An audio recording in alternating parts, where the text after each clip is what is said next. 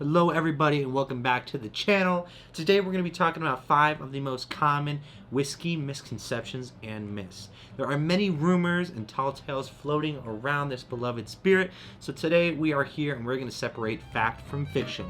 Let's get started.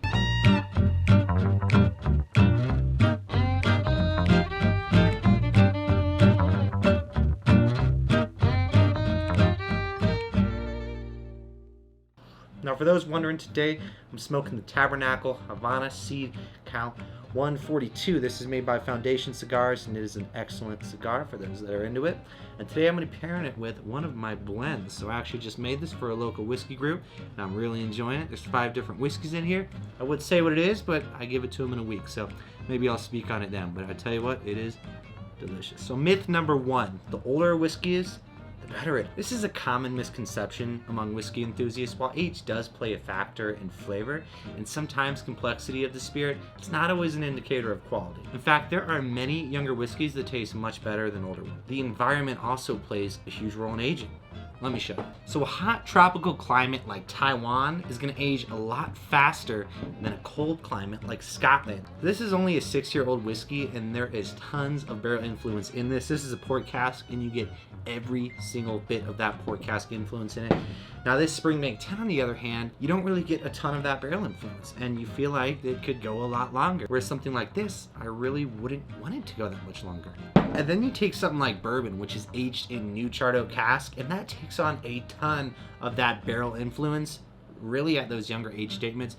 My preference is between 8 and 15 years. I think that's the peak. Anything older than that, those dry, tannic, those harsh oak notes really start to take over that great influence that spirit had at the start. I mean, this right here, this Old Ingram, is a 3-year-old bourbon. So this is aged in new charred oak barrels, but it was aged on a river. So you get a little bit of that movement, and you know, they claim it ages it faster, which I kind of agree. I mean, for a 3-year-old spirit, this whiskey is phenomenal. I've given this out in blinds. The guys have picked it over 18-year-old $400 bottles of whiskey. I mean, it's that good. Now, myth number 2 is all Scotch is smoky.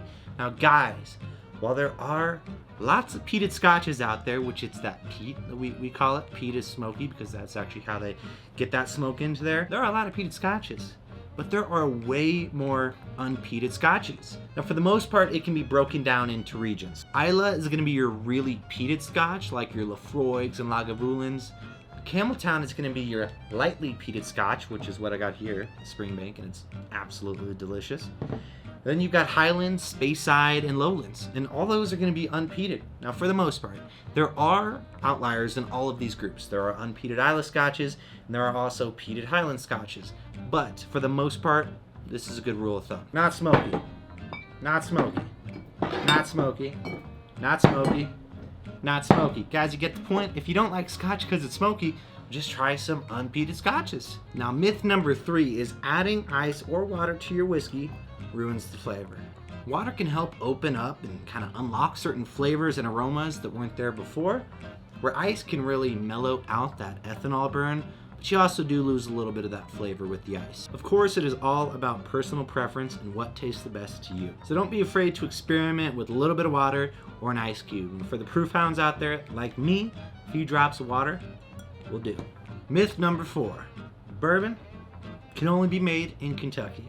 While Kentucky is the birthplace of bourbon, it's actually not the only place that bourbon can be made. Bourbon can be made anywhere in the United States. There are just certain rules they have to follow in the production process. It needs to be 51% corn and aged in charred new oak barrels. That's it. It can be called bourbon if it follows those 2 requirements. So right here I've got some Indiana bourbon, right here I've got some Colorado bourbon.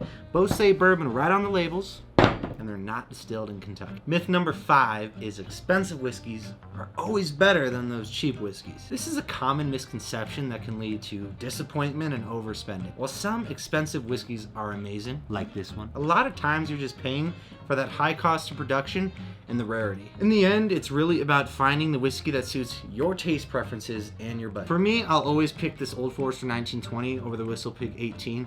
This is a cool bottle, but the taste is not worth $400. And don't even get me started on this Elijah Craig 18. Guys, people hunt for this thing. I paid $200 for this bottle, and it is terrible.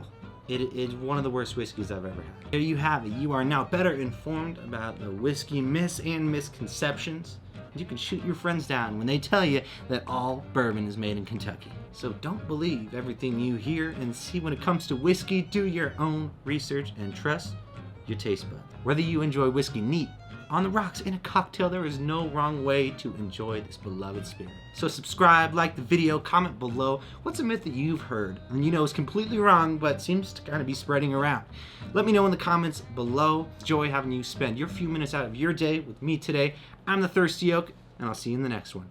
Cheers.